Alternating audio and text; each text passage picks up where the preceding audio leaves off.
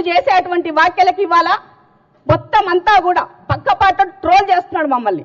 ఎందుకు ట్రోల్ చేయాల్సిన అవసరం ఏమొస్తుంది? దేని గురించి? ఎవరి దగ్గర ఏ అవినీతి ఏమేమి చేశారని నీ దగ్గర ఏం చిట్టా ఉందని నువ్వు మాట్లాడుతున్నావు? నీ దగ్గర ఉంటాయి, దర్యాప్తు సంస్థలు ఉన్నాయి, దమ్ముంటే. అది లేదు. మళ్ళా ఏదో ఒకటి చూపాలా, ఇంకొకటి పబ్బం గడుపుకోవాలా. ఇదేనా నువ్వు చేసే రాజకీయం? ఇక్కడ ఉన్న ఈ ప్యానెల్లో ఉన్న 5 కూడా 10-15 సంవత్సరాల నుంచి దొబ్బించుకుంటున్నాం.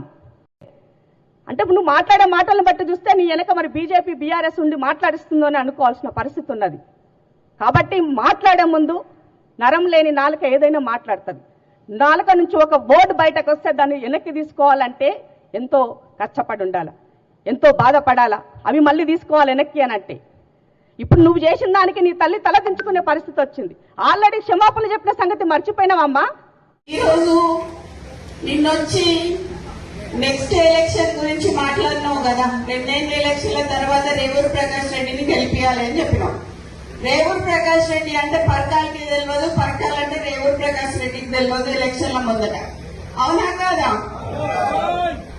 ఎవరొచ్చిండ్రు? కొండ మురళి వచ్చి తిరిగితే రేవూరు ప్రకాష్ రెడ్డి గెలిచిండు. ఈ రోజు 4-5 నియోజకవర్గాలలో తిరిగి ఆ రోజు గెలిపించుకున్న వ్యక్తి, నువ్వు కార్లో కూర్చోబెట్టుకుని తిరిగిన వ్యక్తి ఈ రోజు ఎందుకు గుర్తొస్తలేదు నీకు? అంటే ముఖ్యమంత్రి అయితే కళ్ళు నెత్తికెక్కినాయా అని అడుగుతానా నేను నిన్ను? నాకు భయం లేదు. ఇవాళ పోతే రేపు 2 నాకు. ఎందుకు అనంటే నా బిడ్డ, నా కొడుకు ఎవరన్నా చూసుకుంటారు వాళ్ళని.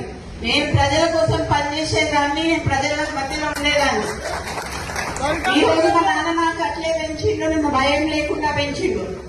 నేనెవరికి భయపడను, సావుకి భయపడను. కానీ ఈ రోజు చాలా ఈ 2 ఏళ్ల వరకు ఎందుకయ్యా? ఇలా రాజీనామా చేయమని చెప్పు. ఇలా రాజీనామా చేసి ఎలక్షన్లకు రా. నా ఇల్లు ఇక్కడ మంచినీళ్ళు ఉన్నది, 3 అంతస్తుల బిల్డింగ్ నీకు ఇస్తా.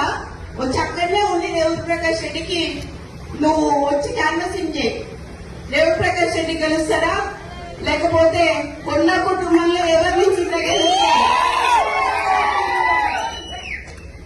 ఈ రోజు నేను